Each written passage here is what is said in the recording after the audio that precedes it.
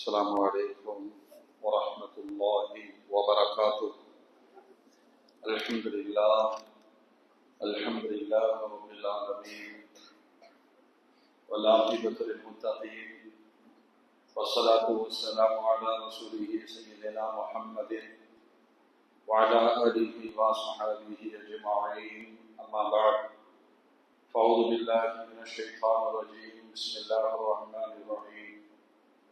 ومن أظلم ممن منع مساجد الله أن يذكر فيها اسمه وسعى في خرابها. وقال النبي صلى الله عليه وسلم: المسجد بيت كل تقي. صدق الله العظيم وصدق رسوله النبي الكريم.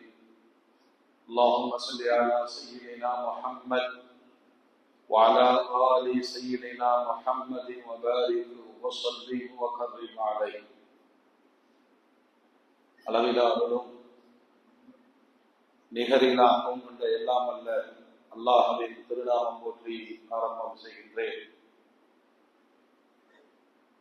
சாந்தியும் சமாதானமும் ஈருலக சர்தாம் அகிலத்தின் அருட்கொடை பிரபஞ்சத்தின் பேரொளி நம் உயிரிலும் மேலாகிய கண்மணி நாயகம் ஹஜ்ரத் முஹம்மது ரசூலுல்லாஹ் ஸல்லல்லாஹு அலைஹி வஸல்லம் அன்னவர்களின் மீதும் அன்னாரின் அடிச்சுவற்றை பின்பற்றி வாழ்ந்து வழிகாட்டிய உத்தம சத்திய சஹாபாக்கள், தாபிஈன்கள், தபஅத் தாபிஈன்கள், அவுலியாக்கள், நாதாக்கள், ஷுஹதாக்கள்,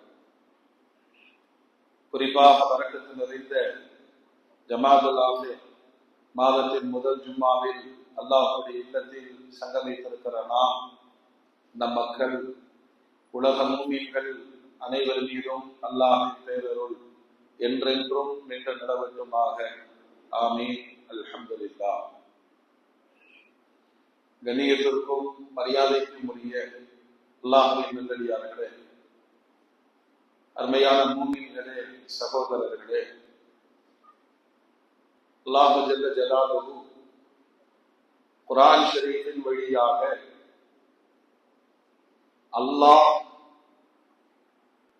மனித சமூகத்திற்கு தந்திருக்கிற பெரும் நிஅமத்துகள், அருட்கொடைகளை நீங்கள் எண்ணி பாருங்கள்.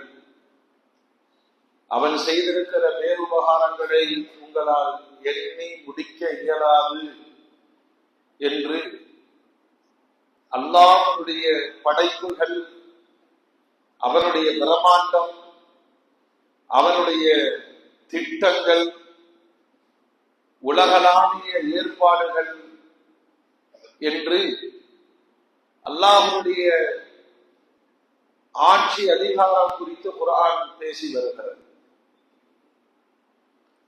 கோடான கோடி படைப்புகளில் மனிதன் ஒரு சின்ன பாகம். இந்த மனிதன் அல்லாஹ்வுடைய பிரதிநிதியாக மாற வேண்டும், தான் அல்லாஹ்வுடைய அடிமை என்பதை உணர வேண்டும் என்பதற்காக வேண்டித்தான் மனிதருக்கு தொடர்ந்து வழிகாட்டும் பொறுப்பையும் அல்லாஹ் வைத்துக் கொண்டார். அல்லாஹ்வுடைய நிர்வாகம் குறித்து குர்ஆன் பேசுகிறது. மனிதர்கள் மாத்திரம் அல்லாஹ்வுடைய படைப்பு அல்ல. உலகத்தின் பெரும் பங்கை வைத்திருக்கிற கடலின் ஆட்சி அல்லாஹ்விடம் இருக்கிறது. மலைகளின் ஆட்சி அல்லாஹ்விடம் இருக்கிறது. ஆகாயத்தினுடைய வான்வெளியின் ஆட்சி அதிகாரங்கள் அல்லாஹ்விடம் இருக்கிறது. பெரும் நிர்வாகத்தை படைத்த ரப்புல் ஆலமீன் சிதறாமல், உடையாமல் அதனை நிர்வகித்து வருகிறார். அதுக்குத்தான் ஈமான் கொள்ளுங்கள், அல்லாஹ்வை மட்டுமே ஏற்றுக்கொள்ளுங்கள். ஒரு குறுகிய வட்டத்திற்குள் நீங்கள் யோசிக்க கூடாது. குர்ஆன் நெடுகிலும் அல்லாஹ் சொல்லுகிறான். பாலைவனத்தில் கப்பல் என்று போற்றப்படுகிற ஒட்டகம் குறித்து நீங்கள் யோசியுங்கள். இந்த பூமி அழிந்து விடாமல், ஆடி விடாமல் இருப்பதற்கு உலை குச்சிகளாக மலைகளை வைத்திருக்கிறானே, அதனை குறித்து நீங்கள் யோசியுங்கள். தன்னுடைய ஓடுதளத்தில் நாள் தவறாமல் நேரம் தவறாமல் ஓடிக்கொண்டிருக்கிற சூரியன், சந்திரன், நட்சத்திரங்கள்,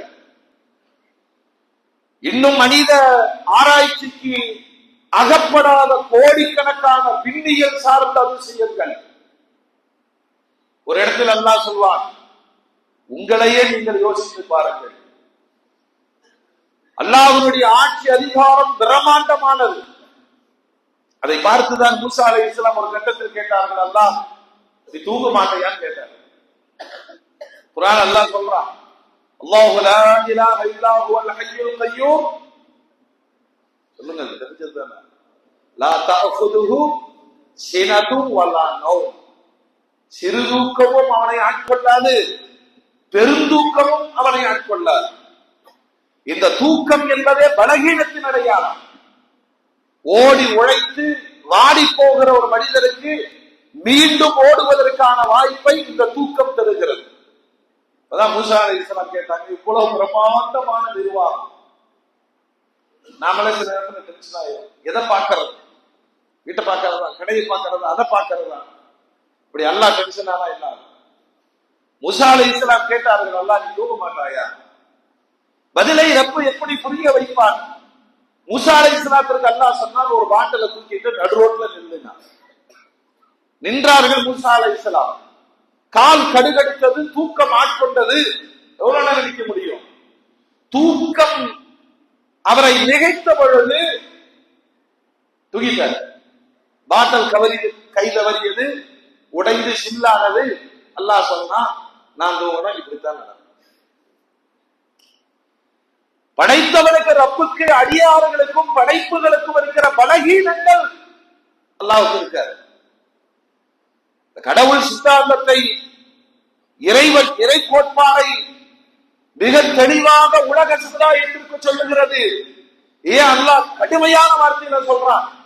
அல்லாஹ் அல்லாதவைகளை வணங்கும் பொருளாக நீங்கள் ஆக்கிக் கொள்வது ஷிர்க், இணை வைப்பு. ஒருபோதும் அல்லாஹ் மன்னிக்க மாட்டார். அப்படி சொல்வதற்கான காரணம் என்ன அப்படின்னா, நானும் படைப்பும் ஒன்றா, என்னை விளங்குவதுதான் மிகப்பெரிய அறிவு. ரப்புல் ஆலமீன் குர்ஆனில் சொல்லுகிறான், அவன் செய்திருக்கிற நியாமத்துகளை கொஞ்சம் நினைத்து பாருங்கள், எப்படி இந்த உலகம் இயங்குகிறது. அதுல ஒரு பகுதி தான் மனிதன்.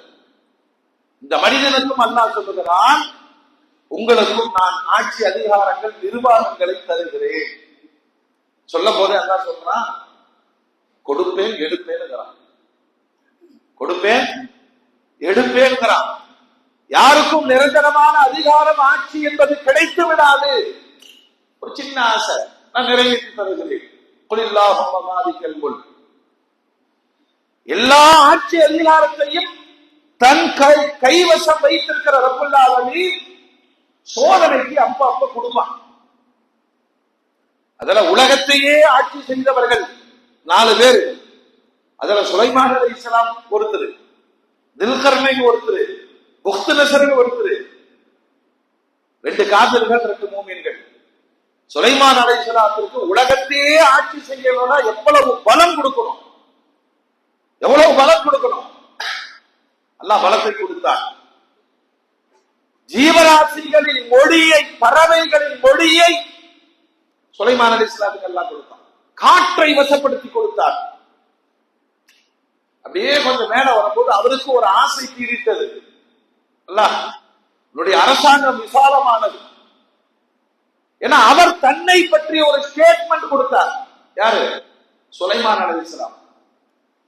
ஆட்சி அதிகாரம் கிடைச்சிச்சுன்னு சொன்னா எப்படி இருக்கணும், சுலைமான் அலைஹிஸ்ஸலாம் தான் பாடம்.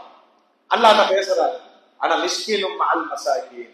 யா அல்லாஹ், உன் படைப்புகள்ல நிறைய மிஸ்கீன்கள் இருக்காங்கல்ல, நானும் ஒரு மிஸ்கீன். பணம் கூடுகிற பொழுது, வசதி கூடுகிற பொழுதோ, அறிவு கூடுகிற பொழுதோ ஒருவரிடம் அடக்கம் பிறக்க வேண்டும். ஆனாலும் அவருக்கு ஒரு ஆசை.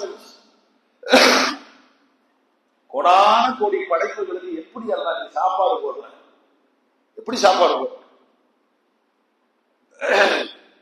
ஒரு நாளைக்கு உன் நிர்வாகத்தில் இருக்கிற, உன் ஆட்சியில் இருக்கிற இந்த மீன்களுக்கு நான் சாப்பாடு போடுறேன். அல்லாஹ் சொன்னா, இந்த கடல் நிர்வாகம் ரொம்ப பெருசு, அதனால சாப்பாடு போட முடியாது. வேணா ஒண்ணு செய், உள்ள ஒரு திமிங்கலத்தை மட்டும் அனுப்புறேன், சோறு பார்த்தாங்க. நம் பலகீனம் ரப்பனுடைய பலத்தை உணர்வதற்கு ஏற்றுக்கொண்டார்கள் சுலைமான் அலைஹிஸ்ஸலாம். சகல ஆற்றலும் அல்லாஹ் கொடுத்தார். ஜின்னுகள் வந்தார்கள், எல்லா உயிரினங்களையும் வைத்து பிரமாண்டமான சமையல். நம்ம ஒரு 4000 பேரை கூட்டு சோறு போட்டுட்டோம்னா தன்னை அல்லாஹ்வாவே நினைச்சுக்கிறான். இன்னைக்கு எல்லாம் உங்களுக்கு மதியான சாப்பாடு நான் தான் போட்டேன், நீங்களும் செத்து போயிருப்பீங்க. மனிதர் முட்டாள், பலகீனமானவன். பெரும் ஏற்பாடு. அல்லாஹ் சொன்ன அந்த மீன் திமிங்கலம் வந்தது, வாய் திறந்தது, சமைச்சதை எல்லாம் கொண்டாங்க, எல்லாம் காலி ஆயிடுச்சு. சுலைமான் அலைஹிஸ்ஸலாம் கேட்டாங்க, 10 யார்? என்ன 10? இப்பதான் தொடங்கி இருக்கு, இப்பதான் தொடங்கி இருக்கு, எல்லாம் முடிந்து விட்டது. கையை பிசைந்து கொண்டார்கள் சுலைமான் அலைஹிஸ்ஸலாம். அல்லாஹ்வோடு போட்டி போட முடியுமா? மனிதர்கள் யோசிப்பதற்கு அல்லாஹ் சொல்லுகிறான், நீ ஆக சாமானிய படைப்பு, உனக்கு சில சோதனைகளுக்காக சில ஆற்றலை நான் தருகிறேன், அதை நம்பீராக. கொஞ்ச நாள் ஜிம்முக்கு போயிட்டு வந்துட்டா அவனை ஒரு பெரிய முகமது அலியாவே நினைச்சது. இந்த நட உடம்பாவன சுகர் வந்துச்சுன்னா ஆளுக்கான போயிடும், முடிச்சது. ஆடாதேங்கிறான். எதுவும் நிரந்தரம் இல்லை, நீ அடிமை என்பதை புரிந்து கொள். என் உடலை இயக்குவதற்கு கூட எனக்கு பலம் கிடையாது, நானாய் தூங்குவதற்கு கூட எனக்கு சக்தி கிடையாது. இன்னும் ஒரு வழி மேல போனா என் சிறுநீரை வெளியேற்றுவதற்கு கூட எனக்கு சக்தி கிடையாது. அது வந்தாதான் போக முடியும். சொல்லுங்க, பலரும் தினசரி சொல்வது தானே, எத்தனை போயிட்டு உட்கார்ந்து வர்ற வரமாட்டேங்குது. மலத்தை வெளியாக்குவதற்கும் இறையாற்றல் வேண்டும். அல்லாஹ் அக்பர். சுலைமான் அலைஹிஸ்ஸலாம் கையை ஏந்திட்டாங்க, ரப்பே மன்னிச்சிரு அல்லாஹ், நீ அந்த திமிங்கலத்தை கேளு. அது சொன்னது, என் ரப்ப என்னை படைத்த நாளிலிருந்து பட்டினி போட்டதில்லை, நீ பொறுப்பெடுத்துக் கொண்டாய், காலையில் சோற்றோடு என்னை அனுப்புகிறாயே சுலைமான். மனிதர்கள் தங்களுடைய பலகீனங்களை உணர வைப்பதற்கு அல்லாஹ் சொல்லுகிறான், பெரும் ஆட்சியாளன் நான் மட்டும்தான். இந்த உலகமே திரண்டாலும் காற்றை தரவும் முடியாது, காற்றை தடுக்கவும் முடியாது. இல்லையா? அல்லாஹ் சொல்ற, இதெல்லாம் யோசிச்சு ஈமானை என் மீது கொண்டு வாங்க. இந்த உலக மக்களுக்கான, மற்ற எதையும் வணங்காதீர்கள். அல்லாஹ்வின் அற்புதங்களை சிந்திப்பது பெரும் ஈமான். இதெல்லாம் யோசிக்கிறதுக்கு எப்ப பேசணும் கேட்கறீங்க. பெருமானார் சொல்லுகிறார்கள், அல்லாஹ்வை குறித்து சிந்திப்பதும் பேசுவதும் 1000 ரகாத்துகள் தொழுவதை விட சிறந்தது. இந்த பிரமாண்டங்களை எல்லாம் கேட்டு விட்டு அப்படி தக்பீர் கட்டும் போது என்ன வரும்? என்ன வரும்? ரப்பே, என் சுவாசத்தை கூட என்னால் பிடித்து நிறுத்தவும் முடியாது, வரவழைத்து சுவாசிக்கவும் முடியாது. ரப்பு நீதான் அப்படின்னா அந்த தொழுகையில் இன்னும் உயிரோட்டம் கூடும். அதனாலதான் அல்லாஹ்வை குறித்த அபூர்வமான அதிசயமான செய்திகளை சிந்திப்பதற்கு ஒரு ஆண்டினுடைய வணக்கத்தின் நன்மை உண்டு. நபிகள் நாயகம் ஸல்லல்லாஹு அலைஹி வஸல்லம் சொன்னார். டெய்லி யோசிக்கிறோம், 5 10 எப்படி, 10 100 எப்படி, இல்லையா? சொல்லுங்க, ஆமாவா இல்லையா? நம்ம டெய்லி பிரச்சனை என்னன்னா, இந்த கடன் எல்லாம் எப்படி அடைக்கணும், எப்படி சம்பாதிக்கணும், கடன் வாங்குவது எப்படி, எல்லாம் இஎம்ஐ வச்சுட்டு உட்கார்ந்து இருக்குது. வெளியில பார்த்தா நீட்டா இருக்குது, ஆனா சுத்தியிலும் இதெல்லாம் வாழ்வு. இத்தனைக்கும் பின்னால் நாம் ஒரு வார்த்தையை பயன்படுத்துகிறோம், உயிரோட்டம் இல்லாமல் இன்ஷா அல்லாஹ் சொல்றோம் இல்லையா? எதுக்குங்க? நான் பிளான் பண்றேன், கரெக்ட், வாங்கணும், இது செய்யணும், அப்படி பண்ணணும், இப்படி பண்ணணும், இன்ஷா அல்லாஹ். அவன் நாடினாலே தவிர இது நடக்காது. நான் அவ்வளவு பலவீனமானவன். அல்லாஹ்வுக்கு பிடிக்காதவர்களை நபிகள் நாயகம் ஸல்லல்லாஹு அலைஹி வஸல்லம் சொல்வார்கள், நான் செஞ்சிருவேன், நான் நினைச்சா சாதிச்சிருவேன், என்னுடைய பிளான இத்தகைய மனிதர்களை அல்லாஹ்வுக்கு ஒருபோதும் பிடிப்பதில்லை. நீ நினைக்கலாம், ஆனா எங்கிட்ட கேளுக்கலாம். சகல வல்லமையும் உடையவன் நான். இந்த அல்லாஹ்வை குறித்து ஒருவர் உணரும் பொழுது வெளிப்படுத்தும் இடத்தில் முதன்மையானது தொழுகை. அது மட்டும்தான் வெளிப்படுத்துற இடம். மற்ற எல்லா இபாதத்துகளை விட இந்த தொழுகையில் இருக்கிற அற்புதத்தை அல்லாஹ் சொல்லுகிறான். இந்த ரப்பு அடியான் இவர்களுக்கு மத்தியில் நடக்கிற வழிபாட்டு முறைகள். அல்லாஹ் ஒருவனை ஆற்றல் மிக்கவன், மனிதன் பலகீனமானவன். நீ மனுஷன்கிட்ட போய் ஆலோசனை கேட்டு சட்டத்தை வாங்கி அதை கடைபிடிப்பதை விட என் சட்டத்திற்குள் வாங்க. உலக நாட்டுல எல்லா நாடுகளும் இருக்கு, எல்லா நாட்டுக்கும் சட்டங்களும் இருக்கு, சட்டங்களை அமல்படுத்துவதும் இருக்குது. எந்த சட்டங்களும் ஒரு பூமியை கட்டுப்படுத்தாது. அப்ப நாங்க சட்டத்துக்கு கட்டுப்பட மாட்டோமான்னு கேட்டா, நீ போடுற சட்டம் எனக்கு பொருந்தவே பொருந்தாது. ஏன்? நீ சாராயத்தையும் ஊத்தி கொடுத்துட்டு குடித்து விட்டு வாகனம் ஓட்டினான்னு ஒரு சட்டம் போடுவேன். நான் தான் குடிக்கவே மாட்டேன். புரியுதா? பைசா புரியுதா? மூமின் குடிக்கவே மாட்டானே. ஏன் குடிக்க மாட்டேங்கிற? நாங்க தெருவுக்கு தெருவு வந்து என்ன கணக்கு பேரு வச்சிருக்கிறேன். ரப்பு போட்ட சட்டப்பா, குடிக்காதங்கிறான். உன்னுடைய சட்டத்தை விட ரப்புடைய சட்டத்தை மதிக்கக்கூடியவர்கள் நான் குடிக்க மாட்டேன். நண்பர்கள் குடிக்கிறார்கள், கிளாஸ்மேட் குடிக்கிறார்கள், வியாபாரிகள் குடிக்கிறார்கள், நான் குடிக்க மாட்டேன். என்னுடைய ரப்புடைய ஆணை. அதனால மது சார்ந்த சட்டங்கள் எனக்கு பொருந்தாது. நான் ஒரு மூவி, என்னுடைய ரப்பு தான் எனக்கு சோறு போடுறான். அதனால அடுத்தவர்களின் பொருளுக்கு ஆசைப்பட மாட்டேன். அதனால திருட்டுங்கிற ஒண்ணு என்கிட்ட சொல்லுங்க, வரவே வராது.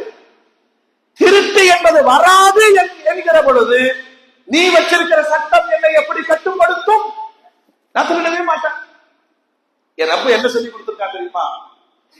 விபச்சாரத்தின் அருகில் கூட நெருங்காதீர்கள். என் ரப்பு என்னை சொல்லிக் கொடுத்தார்.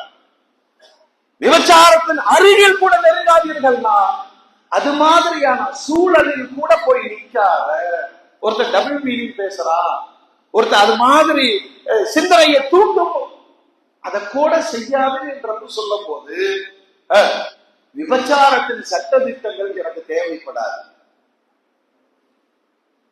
உலகத்தினுடைய எந்த நீதிமன்றமும், எந்த சட்டமன்றமும், எந்த நாடாளுமன்றமும், எந்த பாராளுமன்றமும் மனிதர்களால் போடப்படுகிற சட்டம் ரப்பனுடைய சட்டத்திற்கு முன்னால் அது எல்லளவும் மரியாதைக்குரியது அல்ல.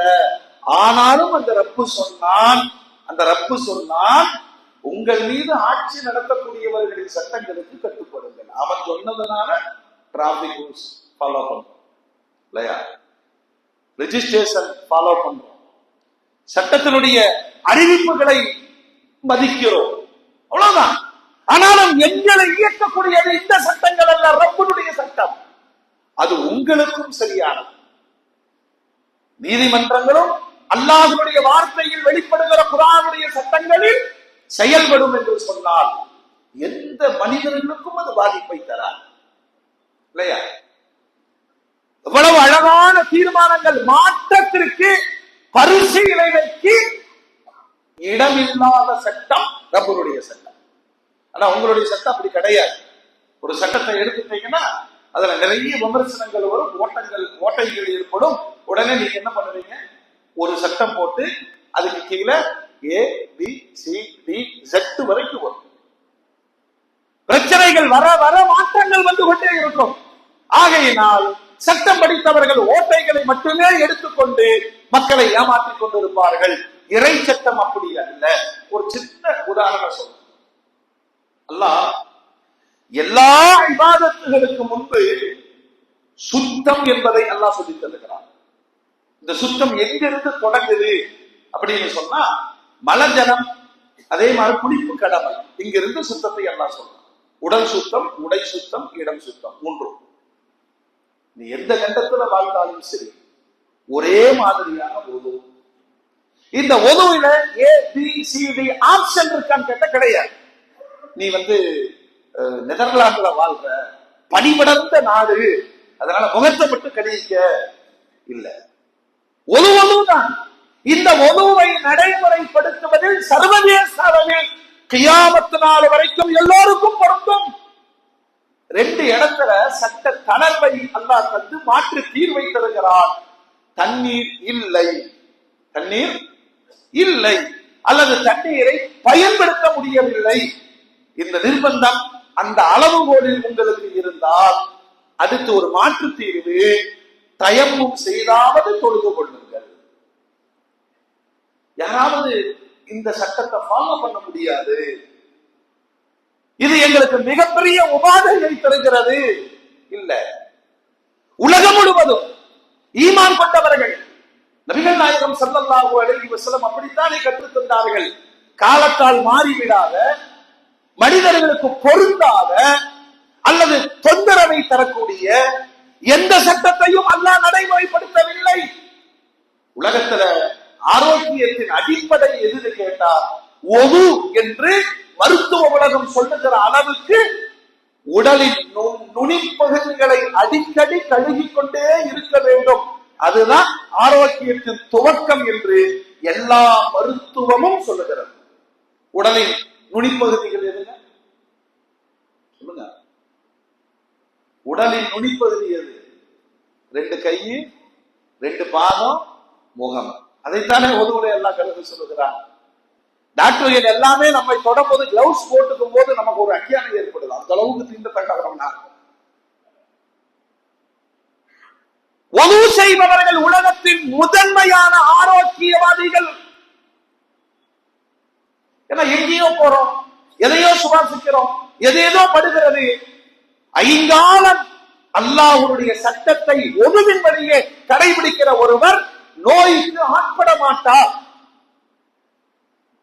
சொல்லலாம், வெளியே போயிட்டு ஒரே கால கழிக்கும், வாய்க்கு பிடிச்சுக்கோ. அதெல்லாம் சின்ன சின்ன நடைமுறை. நிரந்தர தீர்வு எல்லோராலும் எக்காலத்திலும் கடைபிடிக்க முடியும். அல்லாஹ்வுடைய லட்சக்கணக்கான சட்டங்கள் முழு மனித சமுதாயத்திற்கு நிறைவாக அல்லாஹ் கற்றுக் கொண்டிருக்கிறார். மூமின்களே, அப்படி அடிப்படை சுத்தத்துல தொடங்கி நீ தொழுகைக்கு வான்னு ரப்பு அழைக்கிறான். அடிமைத்தனம் வெளிப்படுகிற அந்த நிலைகள், கையை கட்டி நிற்கிறான். நம்ம இன்னும் சண்டை போடுறோம், கை எங்க கட்டுறதா இங்க கட்டுறதா, அதெல்லாம் ஒரு சின்ன அளவுகோல், அவ்வளவுதான். சண்டைக்கான காரணிகள் அல்ல, அது சண்டைக்கான காரணிகளே அல்ல. அது சின்ன சின்ன அளவுகோல். இங்க கட்டலாமா இங்க கட்டலாமா, அதை எப்படி பெருமானார் கட்டி காண்பித்தார்கள். நீண்ட ஆராய்ச்சிகள், இமாமுகளின் வழிகாட்டுதலில் பயணித்தால் குழப்பமே வராது. கியாம் என்று சொல்லக்கூடிய நிற்றலின் அளவு என்ன, எவ்வளவு நேரம் நிக்கணும், அதில் ஓதப்பட வேண்டிய அம்சங்கள் என்ன.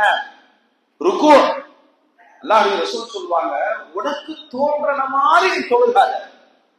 ஏன்னா ஒட்டுமொத்த உலகத்தையும் தொழுகை மட்டும்தான் அடையாளப்படுத்திக் கொண்டே இருக்கிறது. 24 மணி நேரம் வாங்க. ஆமாவா இல்லைங்களா சொல்லுங்க, எங்க சொல்லுங்க. பூமி முழுவதும் பாங்க சொல்லிட்டே இருக்கு. இப்படி திருப்பூருக்கு போனீங்கன்னா நம்மளை விட 2 நிமிஷத்துக்கு முன்னாடி சொல்லுவாங்க, நம்ம 2 நிமிஷம் கழிச்சு சொல்லுவோம். பாலக்காடுக்கு போனா 4 நிமிஷம் கழிவு. உலகம் முழுவதும் தொடர்ந்து பாங்கோசையும் இகாமத்தும் ஜமாத்தும். உலகத்துல என்னதான் நடக்குது? இவ்வளவு பிரம்மாண்டமான ஆட்சி அதிகாரத்திற்கு சொந்தக்காரன் ரப்பு எஜமான், அவனை மட்டுமே வணங்கி சுஜூது செய்கிற ஒரு மிகப்பெரிய இபாதத் தோற்றத்தில் தொழுகை மட்டும்தான். அல்லாஹ்வுடைய ரசூல் ஆப்ஷனை கொடுக்கவே இல்லை. யாரு வந்து கேட்டாலும் சொந்த வார்த்தை தொழுது களிமா சொல்றாரு. நான் இஸ்லாத்தை ஏற்றுக்கொண்டேன், சொல்லுப்பா களிமா சொல்லுப்பா, சொல்லிட்டேன் நாயகன்.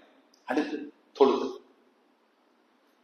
ஒருவர் மூமினாகிவிட்டால் அடுத்த வினாடியில் வருகிற முதல் இபாதத் தொழுதுதான. அல்லாஹ்வுடைய ரசூல் எவ்வளவு பெரிய வார்த்தைகள் சொன்னார்கள். தொழுகைதான் இந்த ஒட்டுமொத்த மார்க்கத்தை நிலைநாட்டும் அடையாள சின்னம். நீ தொழுதால் இஸ்லாத்தை தூக்கி நிறுத்துகிறாய், நீ தொழாமல் இருந்து விட்டால் நீயே மார்க்கத்தை தகர்க்கிறாய். கைபர் யுத்தம் முடிந்து விட்டு வருகிற பெருமானார் ஒரு இடத்துல சஹாபாக்களை பார்த்து ஒருத்தர் இன்னொருத்தரை அடிச்சிட்டார், ஒருத்தர் இன்னொருத்தரை அடிச்சுட்டார். அல்லாஹ்வுடைய ரசூல் சொன்னாங்க, அவர் அடிக்காதீங்க சொல்லிவிட்டு காரணம் சொல்லுகிறார்கள் பெருமானார். தொழுகையாளிகளை அடிப்பதை அல்லாஹ் ஒருபோதும் விரும்புவதில்லை, அவர் தொழுவதை நான் பார்த்தேன். ஒரு தொழுகையாளிக்கு வெறும் மார்க்க கடமை மட்டும் அல்லங்க, அது மார்க்க கடமை மட்டுமல்ல, ஒட்டுமொத்த வாழ்வும் அதுதான். இப்ப இந்த இடத்துல ஒரு ஸ்டேட்டஸ் அல்லாவே கொடுக்கிறார். தொழுகையாளி அவர் மரியாதைக்குரியவர், அவர் தண்டிக்க கூடாது, அடிக்காத. அதற்கு அலி ரலியல்லாஹு அன்ஹு ஒரு செய்தியை சொல்றாங்க, என்னிடத்தில் ஒரு அடிமை வேலை செய்து கொண்டிருந்தார், அவனை வேலை செய்யாததன் காரணமாக நான் அவனை அடித்து விட்டேன். அன்னைக்கு நைட்டு தூங்குற நபிகள் இப்ராஹிம் அலைஹிஸ்ஸலாம் என் கனவில் வருகிறார்கள். யாரு? இப்ராஹிம் அலைஹிஸ்ஸலாம் கனவில் வந்து என்னிடம் வருத்தத்தோடு சொன்னார்கள், அவன் என்னதான் பணியாளாக வேலைக்காரனாக இருந்தாலும் அவனை நீங்கள் அடித்திருக்க கூடாது சொல்லிட்டு காரணத்தை சொல்றாங்க. அவன் தொழுகையாளி, எல்லோரும் தூங்குகிற பொழுது எழுந்து தொழுகிற வழக்கத்திற்கு சொந்தக்காரன், ஒரு தொழுகையாளியை அவமானப்படுத்த கூடாது. எவ்வளவு ஒரு கால வித்தியாசம் பாருங்க. 2500 ஆண்டுகளுக்கு முன்பு வாழ்ந்த ஒரு நபி அதற்கு அலிநாயகத்தினுடைய கனவிலை வந்து சொல்லுகிறார்கள், தொழுகையாளி அவர் தாக்கப்படக்கூடாது, தொழுகையாளி மகத்துவத்திற்குரியவர், மரியாதைக்குரியவர், அதை நீங்க பேண வேண்டும். அதற்கு அலிநாயகம் ஆச்சரியத்தோடு சொல்லுகிறார்கள், தொழுகையாளிகளுக்கு நபிமாருக்கும் சப்போர்ட், அல்லாஹ்வும் சப்போர்ட், அவன் அல்லாஹ்வுடைய பராமரிப்பில் இருக்கிறான். நபிகள் நாயகம் ஸல்லல்லாஹு அலைஹி வஸல்லம் எல்லாருக்கும் ஒரு கவலை இருக்கு, எல்லாருக்கும் ஒரு கவலை இருக்கு. நிறைய காசு வருது, தங்க மாட்டேங்குது, இப்படி எல்லாம் பேசுவோம் இல்லையா? சொல்லுங்க. எல்லாமே இருக்கு, நிம்மதி இல்லை. இப்ப மனம், எண்ணம், சூழ்நிலை, வாழ்வு, வருமானம் ஒன்றுக்கொன்று தொடர்புடையது. பெருமானார் ஸல்லல்லாஹு அலைஹி வஸல்லம் இதுக்கு எல்லாம் சேர்த்து ஒரு வார்த்தை சொன்னாங்க, இதெல்லாம் வெளிப்படையான காரணிகள். எது? வருமானம், நிம்மதி, நல்ல சாப்பாடு, நல்ல மனைவி, இதெல்லாம் வெளிப்படையான காரணிகள். உண்மையான காரணம் என்ன? அத்துணையிலும் அல்லாஹ் பரக்கத்து செய்ய வேண்டும். உங்கள் மனைவியிடம் அல்லாஹ் பரக்கத்து செய்திருந்தால் குதூகூலமான வாழ்வு உங்களுக்கு கிடைக்கும். எல்லா ஆளும் எதிர்பார்க்கிறது என்ன? சொல்லுங்க, எல்லா ஆளும் எதிர்பார்க்கிறது என்ன? சொல்ல மாட்டான். வீட்டுக்கு போனா சிரிச்ச முகத்தோட பாதிக்கப்பட்டு உட்கார்ந்து இருக்க மாதிரி இருக்கு. சும்மா தொழுதுக்கு போறாங்க, வீடே சத்தமா இருக்கு, அந்த அம்மா ரூம்ல படுத்துட்டு போன் பார்த்துட்டு எப்படி இருக்கும்? எப்படி இருக்கும்? இப்படி காலிங் பில் அடிக்கிற பொழுது கதவை திறந்த மாத்திரத்தில் இஸ்லாம் அழைக்கும். சும்மா சிறப்பா இருந்துச்சா? துவா செஞ்சீங்களா? நானும் துவா செஞ்சு உட்காருங்க, தண்ணி குடி, இன்னைக்கு நல்ல சாப்பாடு, அன்பொழுக பாசத்தோடு பரிமாறி அப்படியே பேசிட்டு சாப்பிட்டா எல்லா கவலையும் உங்களுக்கு தீர்ந்துருது. இதே நேர் மாற்றமாக இருக்கிற பொழுது மொத்த கவலையும் அங்கதான் பிறக்கிறது. ரஜனியன் கூட போகலாம், ஐசாமால போய் சாப்பிடலாம், அது நல்லா இருக்குமா? ஒரு மனைவியிடம் இந்த மனைவியின் பரக்கத்தை அல்லாஹ் தான் தருகிறான். பிள்ளைகள் வீட்டுக்குள்ளத்தான் இருக்க, சகட்டு வேலைக்கு வரலாம் போறான். ஒரு தகப்பன ஒரு ஜீவன் இருக்கிறத மதிக்கிறதே இல்லை, ஆர்டர் பண்றான். நாளைக்கு காலேஜ் ஃபீஸ் கட்டணும், 22,000 எடுத்து வை. என்னடா வேலைக்கார மாதிரி எத்தனை நடத்துற? மனம் உடைகிறான். பணம் இருக்கிறது, வீடு இருக்கிறது, எல்லாம் இருக்கிறது, பரக்கத்து இல்லை. அதைத்தான் நபிகள் நாயகம் சொன்னாங்க, இதெல்லாம் உன்னுடைய உழைப்பில் வந்தாலும் அதில் சந்தோஷம், அதில் நிம்மதி, அதில் ஆத்மார்த்தமான திருப்தி அல்லாஹ் பெற வேண்டும். அதனால எத்தனை செஞ்சு வச்சுட்டு நீ அல்லாஹ்ட்ட கேளு, யா அல்லாஹ் என் மனைவி பரக்கத்து கொடு, என் பிள்ளைகள் பரக்கத்து கொடு. குர்ஆன் சொல்லுகிறது, அல்லாஹ்வுடைய கடமை என்பதை தாண்டி யோசியுங்கள். ஒட்டுமொத்தமான உங்களுடைய வாழ்க்கையை இயக்கக்கூடியது தொழுகை. இன்ன ஸலாத் தன்ஹா அனில் ஃபஹ்ஷாஇ வல் முன்கர். அல்லாஹ் முதல்ல இந்த சமூகத்திற்கு சொல்றான், ஆபாசங்களை விட்டும் தொழுகை உங்களை பாதுகாக்கும். சரியான தொழுகையாளியா இருந்துட்டேன்னா எந்த ஆபாசத்திலும் சிக்கல் உன்னை தொடாதுங்கிறார். அருவருப்பானது. வாழ்க்கையில ஒரு மனுஷனுக்கு ஸ்டேட்டஸ் ரொம்ப முக்கியங்க. ஏதாவது இடத்துல நீங்க பிரம்மாண்டமான ஆளுகளை உங்களை காமிச்சிட்டு இருக்கும் போது 2 பேர் பேசிக்கிறான், அந்த வார்த்தை ரொம்ப அருவருப்பாக பொம்பளை கொடுக்கு லேடிஸ்ல ரொம்ப வீக். முடிஞ்சதா பாய், முடிஞ்சதா? ஹலோ, போச்சு, வாழ்க்கை போச்சு. ஒரு மனிதனுக்கு கௌரவம் முக்கியமா இல்லையா? அல்லாஹ் சொல்லுகிறான் தொழு. ஏதோ ஒரு நேரங்களில் எந்த பிரச்சனைகள் ஏற்பட்டிருந்தாலும் தொழுகை உனக்கு கண்ணியத்தை தரும். தொழுகையின் கண்ணியம் நிரந்தரமானது. உங்களை ஆபாசத்தில் இருந்து, அசிங்கத்தில் இருந்து பாதுகாக்கும். வார்த்தைக்கு வார்த்தை பெருமானார் மருந்தாக, வாழ்வாக தொழுகையை முன்வைத்தார். சொல்லிட்டு அல்லாஹ்வுடைய ரசூல் சொல்றாங்க, அது அடியான் செய்யக்கூடிய கடமை.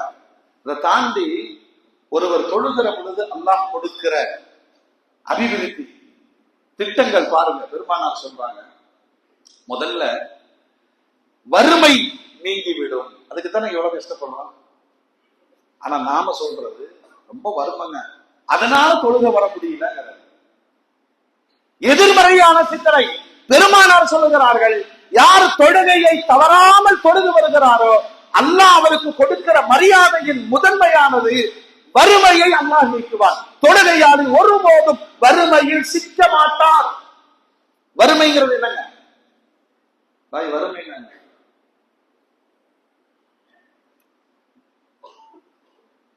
சொல்லுங்க, காசு இல்ல. வறுமை என்ன? மன நெருக்கடி, மனக்குழப்பம். செத்தரலாமாங்கிறான், சுத்தீல கடல். அதனால இவனுக்கு சமூகத்துல மரியாதையே கிடையாது. ஒன்றெல்லாம் மாட்டிட்டோம்னா காசு திரும்பி வராது. சோதனை தொடர்கிறது. வீட்டுக்கார ஹவுஸ் ஓனர் வாடகை கேட்கறான், கரெக்டா கரண்ட் பில்லு வந்துருச்சு, பையனுக்கு ஸ்கூல் காசு கட்டணும், வாங்கின கடன் அடைக்கணும், வருமானம் இல்லை. பெருமானார் சொல்றாங்க, வாழ்க்கையில நெருக்கடி மட்டும் வரவே கூடாதப்பா. ஏன்னா நெருக்கடி, வறுமையினுடைய உச்சம் என்ன? பெருமானார் துஆல சொல்றாங்க, அல்லாஹும்ம இன்னி அஊது பிக மினல் குஃப்ரி வல் ஃபக்ர். யா அல்லாஹ், எனக்கு குஃப்ரும் வேண்டாம், வறுமையும் வேண்டாம். ஏன்னா வறுமையினுடைய உச்சம் குஃப்ர்ல போய் அவன்கிட்ட போய் கடுமையான பசி நெருக்கடியில் இருக்கிறான். என்னங்க பட்ஜெட் காணா, வாங்க தொழுவு போல, இந்த வாயில வந்து போயிரு, நான் கடன் வாங்கினா அத்தனை பேர் படிப்பா சொல்லுதா? முடிச்சதா? சொல்லுங்க, முடிஞ்சதா? உஸ்மான் ரலியல்லாஹு அன்ஹு கிட்ட 80,000 கடன் வாங்கினார் தல்ஹா ரலியல்லாஹு அன்ஹு. வாங்கும் போது இதையும் பெருமானார் பாடமா சொல்றாங்க, கடன் வாங்க கூடாது, வாங்க வேண்டிய நிர்பந்தம் வந்தால் எண்ணம் போல் வாழ்வு. சம்பாரிச்சு கொடுத்துருக்கோம் அப்படின்னா அல்லாஹ் உதவி செய்வான். வாங்கிட்டு ஏமாத்திடலாம் நினைச்சேன்னா அடி மேல அடி சொல்லுங்க விழும். இந்த ஜெனரேஷன்ல அப்படிதான் கத்துக்கிச்சு. காசே இருக்காது, 2000 ரூபாய் கொண்டு போய் கட்டி ஒரு பைக் எடுத்துறது. எப்படா மாசம் மாசம் டிவி கட்டுவ? வந்து கேட்பான், இல்லைன்னா வண்டிய ஜப்தி பண்ணுமா? இவன் என்ன சொல்றது? கை வச்சு பாடுறான். மொத்த சமூகத்தினுடைய அசிங்கமா இல்லையா? நபிகள் நாயகம் ஸல்லல்லாஹு அலைஹி வஸல்லம் மிக தெளிவாக சொல்லுகிறார்கள், வறுமை உன்னை ஆட்கொண்டால் அதுக்கு நீ குஃப்ரோடு தான் விழுகுவ. உன் வார்த்தைகள் கடுமையா இருக்கும், அல்லாஹ்வை நிராகரிப்பாய், அல்லாஹ்வையே விமர்சனம் செய்வாய். உன்னால் அதுக்கு மேல முடியலனா அல்லாஹ் அனுமதிக்காத தற்கொலைக்கு நீ ஆட்படுவாய். இவ்வளவு கொடூரம். பெருமானார் சொல்றாங்க, ஒரு தீர்வு இருக்கு, தொழுது வறுமையை அது உடைத்து விடும் என்று பெருமானார் சொல்றாங்க. 80,000 வாங்கிட்டாரா? கொடுக்கலாம்னு நினைச்சு வாங்கினாரு, சூழ்நிலை கொடுக்க முடியல. விளைவு என்னன்னா, உஸ்மான் நாயகத்தை பார்த்தால் பள்ளிவாசல்ல ஓடி ஒளிகிறார். அவர் இங்க தொழுதா அவர் அங்க போறார். எங்க நடைமுறையில் இருக்கா இல்லையா? இதை ஒரு நாள் உஸ்மான் நாயகம் கவனிச்சுட்டாங்க. கவனிச்சு அவரை கூப்பிட்டாங்க, ஏங்க என்ன கண்ட ஓடுறீங்க? இல்ல, கடன் வாங்கி இருந்த சூழ்நிலை அமையல. சஹாபாக்கள் அப்படி அல்ல, ஏமாற்றுபவர்கள் இல்ல, சூழ்நிலை. என்ன சொல்றது, என்ன சொல்றது? பெருமானார் சொல்றாங்க, கடனாளியிடம் மென்மையாக நடந்து கொள்ளுங்கள். கேளுங்க, டைம் கொடுங்க. அவர் உண்மையாக பிரச்சனையில சிக்கி இருக்கிறாரு, இன்னும் கொஞ்சம் வாய்ப்புகளை கொடுங்க. ஒரு கட்டம் வந்தால் நீ கொடுக்க வேண்டிய சக்காத்துல கழிச்சு அவரை காப்பாத்துங்க. வழி இல்லாம இல்லையே, தரல நாளைக்கு வீட்டுக்கு வந்துடும். இந்த சில பேங்குகள் செய்ததினால் சில குடும்பங்கள் தற்கொலை செய்ததை நாம் படித்திருக்கிறோம். அவமானமா இல்லையா? பெருமானார் சொல்றாங்க, நொந்து நூலாக உட்காராது, தொழுது விடு, தொழுகை வறுமையை ஒழிக்கும். உஸ்மான் நாயகம் கேட்டுட்டு இவர் அழுகிறாரு, பள்ளிவாசல்ல பார்த்து ஒளிந்து போகிற அளவுக்கு கொடூரமானவன். என்ன பார்த்தா பள்ளியில வச்சு ஒளிகிற அளவுக்கு நான் அவ்வளவு நான் மன்னிச்சு சேர்த்தேன். ஒரே வார்த்தை, அவங்கதான் சஹாபா. ஏன்னா அவர் உண்மையாளர். யாரு? வாங்கியவர் உண்மையாளர். அவரால் சூழ்நிலை தர முடியவில்லை. நாளை நாளை நாளை எவ்வளவோ முயற்சிக்கிறார். அவருடைய நன்னடத்தை அவருக்கு தெரிந்தது. உஸ்மான் நாயகத்தை உறுத்தினது எதுனா, கடனை வாங்கிட்டோமே சொல்லி பள்ளி வாசல்ல ஓடி முடிகிற கொடூரம், கொடுமை. அது அல்லாஹ்வுக்கு பிடித்தமானதல்ல. எனக்கு ரப்பு தானே கொடுத்தான், எனக்கு ரப்பு தானே கொடுத்தான். உஸ்மான் நாயகத்திற்கு அல்லாஹ் பொருளாதாரத்தை கொட்டி கொடுத்தான், கொட்டி கொடுத்தான், கொட்டி கொடுத்தான். ஒரு கட்டத்திலே அவரும் கொட்டி கொடுத்தார். பணக்காரங்க எல்லாம் கொஞ்சம் மனசு திறக்கணும். பள்ளிவாசலுக்கு கணக்கு பார்த்தீங்கன்னு சொன்னா முடியாது. அல்லாஹ்வுடைய பள்ளின்னு சொன்னா என்னுடைய பங்களிப்பு நிரந்தரமாக இருக்கணும். உஸ்மான் நாயகன் அவன் கொடுத்தா நான் கொடுத்தேன். அது எவ்வளவு பெரிய வார்த்தை. அதனால அவன் கொடுத்துக்கிட்டே இருந்தான், இவரு கொடுத்துக்கிட்டே இருந்தார். உஸ்மான் நாயகம் கொடுத்ததை பார்த்து பெருமானார் சொன்னாங்க, கொடுத்ததினால் உன் வாழ்க்கையில் இனிமேல் எந்த பிரச்சனையும் உனக்கு கிடையாதுன்னு. அவங்க சொன்னதனுடைய அர்த்தம் என்ன தெரியுமா? அல்லாஹ் உன்னை விசாரிக்கவே மாட்டாங்க. கொடுப்பதில் எவ்வளவு பெரிய கடமை உணர்வு இருக்கிறது ஓமியர்களே. இதை வரவழைப்பது தொழுகை.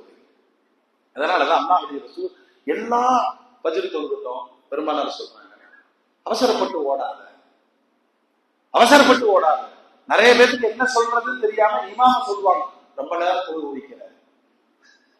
நாங்க தானே பாவம் எத்தீமான மக்கள், ரொம்ப நேரம் பயான் பண்றீங்க, என்னப்பா பண்ண போற? அல்லாஹ்வுடைய ரசூல் சொன்னாங்க, ஃபஜ்ர் தொழுது விட்டு ஒது முடியாமல் சூரிய உதயம் வரைக்கும் ஒரு 20 நிமிஷம் அவ்வளவுதான் உட்காரு, துவா செய்யி. சூரியன் மேல் எழுப்பிய பிறகு இஷராக்கு தொழுது 2 இருக்காரு, தொழுது விடு. அன்று பிறந்த பாலகனாய் பள்ளியை விட்டு வெளியேறுவாய். உனக்கான அன்றைய ரிசுக்கு அல்லாஹ் பொறுப்பெடுக்கிறான். ஈமான் கொண்டிருக்கிறோம், ரப்பு என்று சொல்லுகிறோம் என்றால் இந்த தொழுகையில் கிடைக்கிற பேரின்பத்தை பெருமானார் சொல்றாங்க. பொருளாதாரத்தை தொழுகை தான் தீர்மானிக்கிறது, வறுமையை தொழுகை தான் தீர்மானிக்கிறது. சொல்லிட்டு பெருமானார் ஸல்லல்லாஹு அலைஹி வஸல்லம் எடுத்து சொல்லுவாங்க, கபருடைய அலாபு இல்லாம போயிடும். அதை பயப்படாதவங்க யாரு இருக்காங்க சொல்லுங்க? வாழ்றோம், என்னைக்கு இருந்தாலும் மரணிப்போம்.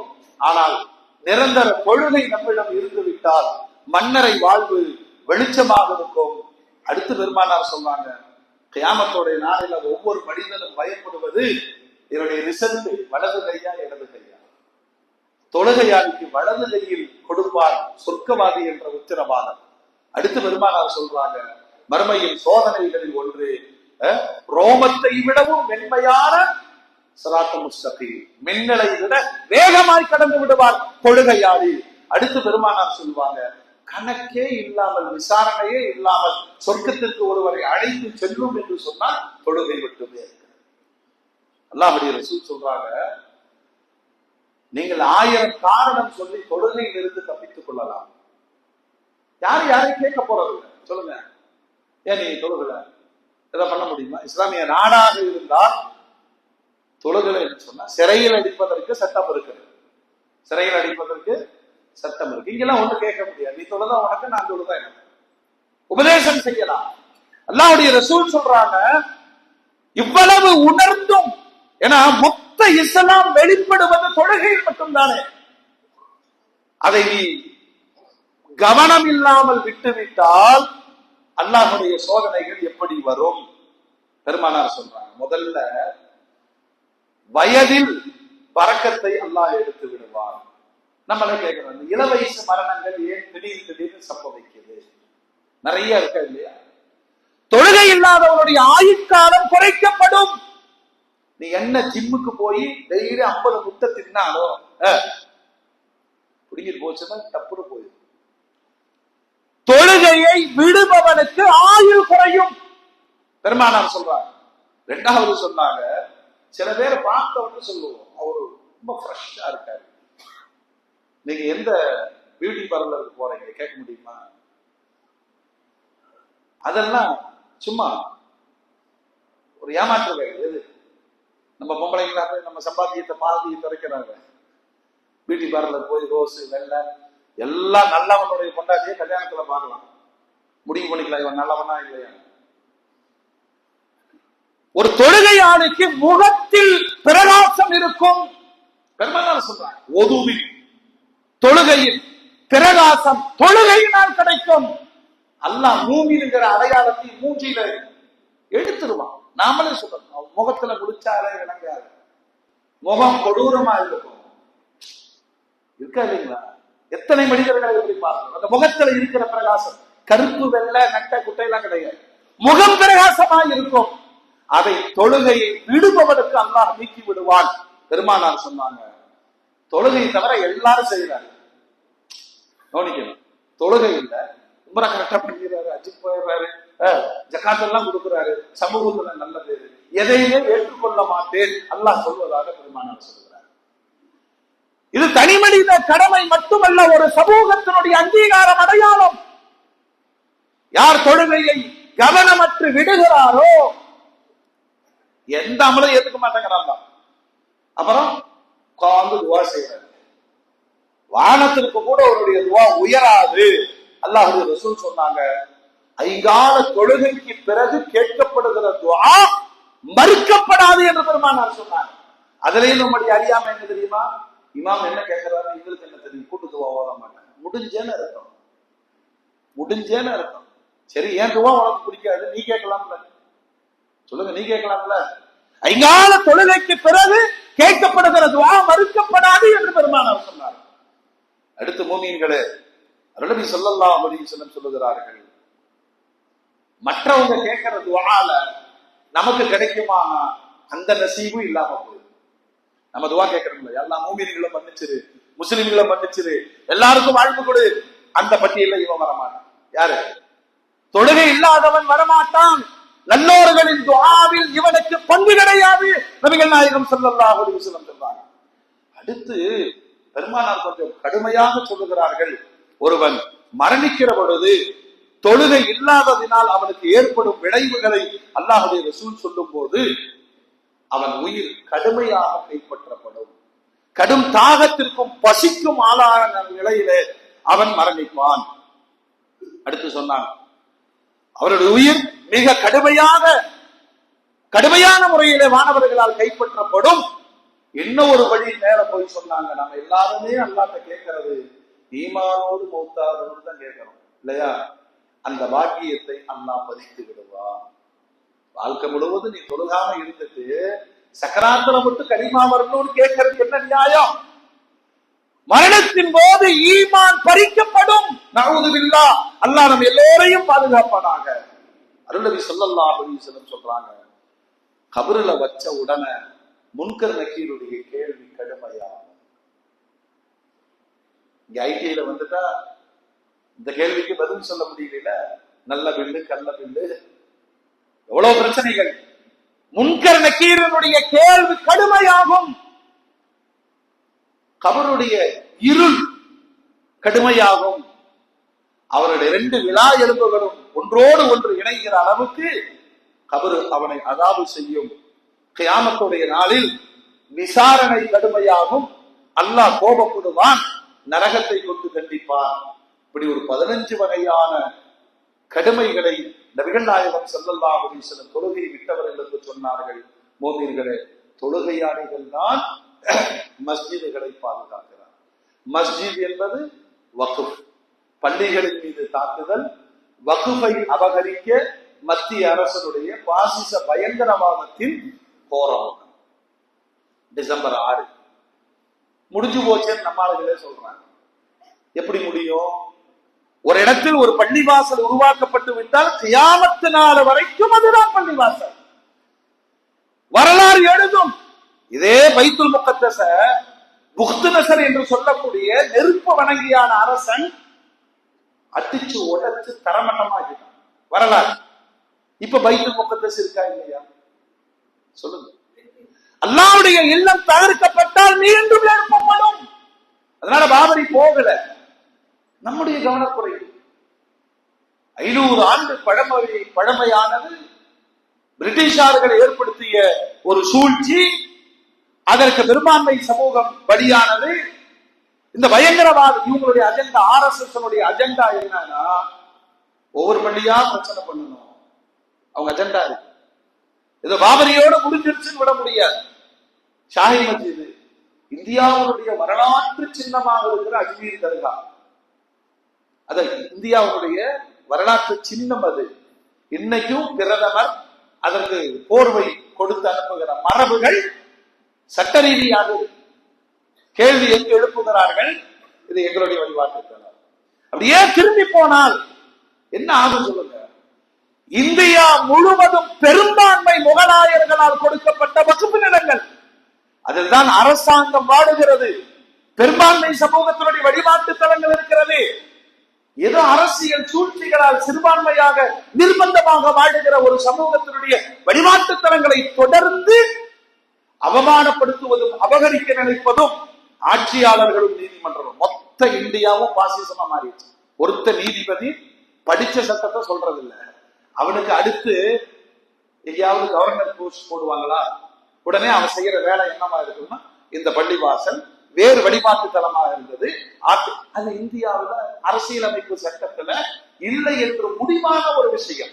47க்கு முன்னாடி எது எது எப்படி இருந்ததோ அது அது அப்படி இருக்க வேண்டும். நீங்கள் என்ன சட்டத்தை மதிக்கிறீர்கள்? இந்த நீதிபதிகளுக்கு நீதிபதிங்கிற ஜட்ஜுங்கிற போஸ்ட் இருக்கு பாருங்க. துனியால மட்டுமா? சட்டமே சொல்லுது, உன்னுடைய சட்டத்தினால் 1000 குற்றவாளிகள் தண்டிக்கப்படலாம். சொல்லுங்க, ஒரு நிரபராதி தண்டிக்கப்பட்டு விடக்கூடாது.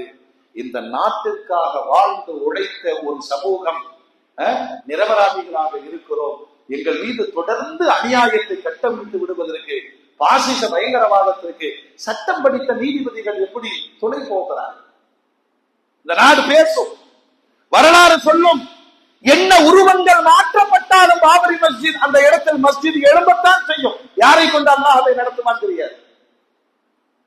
ஏங்க, நம்ம அரசியல் அல்ல, ஒரு நாடாளுமன்றத்துல ஒரு இளைஞர் எழுந்து நீ இந்துக்களின் பிரதிநிதி அல்ல, எந்த பாசிசத்தை உலகமே சொல்லுகிறதோ ஒரு இளைஞன் தைரியமாக அல்லாஹ் பேச வைக்கிறான். பெருமானார் சொல்வார்கள், இந்த தீனுக்கு முடிஞ்ச நாம சேவை செய்யும்.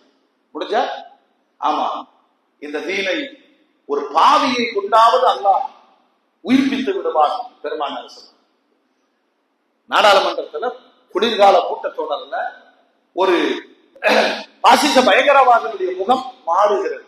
ஒரு சின்ன பையன் பச்சந்தன் சொன்னாங்க, கேட்கிறார், நீ இந்து இந்து என்று சொல்வது ஒட்டுமொத்தமான இந்துக்களின் பிரதிநிதி பிஜேபி அல்ல, RSS அல்ல. ஏன்னா அது ஒரு பயங்கரவாத இயக்கம், தடை செய்யப்பட்ட இயக்கம். அதன் பின்னணியில் அமைக்கப்பட்ட ஆட்சி தொடர்ந்து சிறுபான்மை சமூகத்தினுடைய வழிபாட்டு தலங்களை அது அழிக்க நினைத்தால் என்ன நடந்தது? அஜ்மீருக்கு கோஷம் போட்டு போனவங்க தீ திருப்பி சுட்டதை போல அல்லாஹ்வுடைய தண்டனை விரைவாக வரும். நாம பொதுமக்களை சொல்வதல்ல, அவர்களுக்கு அல்லாஹ் ஹிதாயத் தருவானாக. மீண்டும் மீண்டும் ஒரு சமூகத்தை அடிக்க நினைத்தால் விளைவு என்ன ஆகும் சொல்லுங்க? பெரும்பான்மையாகவே இருக்கிறது. பிரிட்டிஷாரை துரத்துவதற்கு இந்த சிறுபான்மை தான் களம் என்ற வரலாறு உலகம் முழுவதும் வரலாறாய் சாட்சியாய் காட்சியாய் இருக்கிறது. பாசிசம் ரொம்ப காலம் இருக்கார். அல்லாஹ்வுடைய ரசூல் சொல்றாங்க, மஸ்ஜிதுகளை இபாதத்துகளை கொண்டு அலங்காரம் செய்யுங்கள், மஸ்ஜிதை கண்ணியப்படுத்துங்கள், மஸ்ஜிதை சுற்றிலும் குடியிருங்கள், குடியிருக்கிற இடங்களில் மஸ்ஜிதுகளை கட்டுங்கள். அல்லாஹ்வுடைய இல்லம் அல்லாஹ்விற்கு சொந்தமானது. அதுல நாமே நம்முடைய கவனக்குறைவை வைக்கும் போது நம்ம கவனக்குறைவு பள்ளிவாசலுக்கு நமக்குமான முதல் தொடர்பை தொழுக தானே. சொல்லுங்க, எங்க வேணாலும் போய் தொழுது, தொழு. மஸ்ஜிதுகள் தொழுகையால் தானே பாது. பெருமானார் சொல்றாங்க, அல்லாஹ்வே சொல்லுகிறாங்க, அல் மஸ்ஜிது குல்லு தக்கிக்கில், தக்வாவுடைய இறையச்சமுடைய ஒவ்வொரு மூமினுக்கான வீடு மஸ்ஜித். இந்த கட்டமைப்பை அல்லாஹ் உருவாக்கி இருக்கிறார். பெருமானார் 1400 ஆண்டு பாரம்பரியம். பல கேரளாக்கள்ல போனீங்கன்னா பாத்தீங்கன்னா உள்ள நுழைஞ்ச நல்ல விசாலமான இடமா இருக்கும் இல்லையா?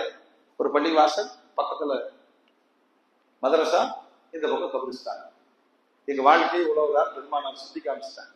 மஸ்ஜிதுகளை பாதுகாப்பதற்கு காசு பணம் தாண்டி தொழுகையாளிகள் மஸ்ஜிதுகளை உயிர்ப்பிக்கணும். அடுத்து இந்த நாட்டுல பெரிய பிரச்சனை, நம்ம ஆர்ப்பாட்டம்ங்கிறது நிரந்தர தீர்வு கிடையாது. ரோட்ல நின்று கத்துறது சட்ட ரீதியாக நீங்க இளைஞர்கள் கேளுங்கள்.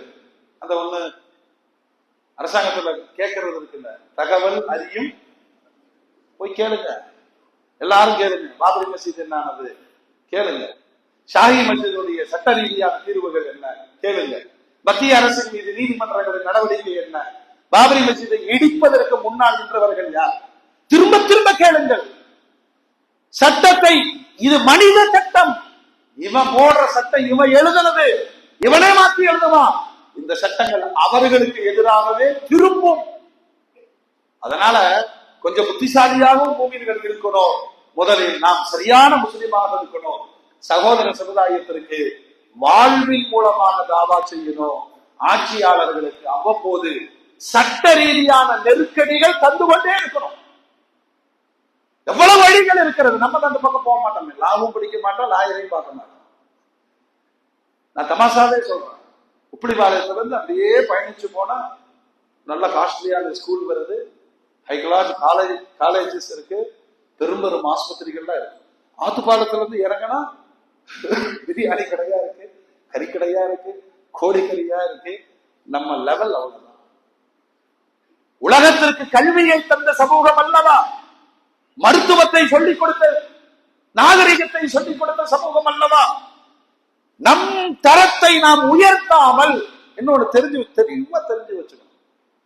பெரும்பான்மை சமுதாயம் உண்மையோ பொய்யோ அவங்க ஆதரிக்கணுங்கிற மனநிலை இன்றைக்கு வெளிப்பட ஆரம்பித்தது. இடிச்சதெல்லாம் தப்புதான் பாரு, இடிச்சதெல்லாம் என்ன எங்க அந்த சிந்தனை கூட நம்மிடம் பிறந்தது இல்லையே. மோமின்களே, வல்ல ரப்புல் ஆலமீன் நம்மிடம் அமானிதமான மஸ்ஜிதுகளை ஒப்படைத்திருக்கிறார்.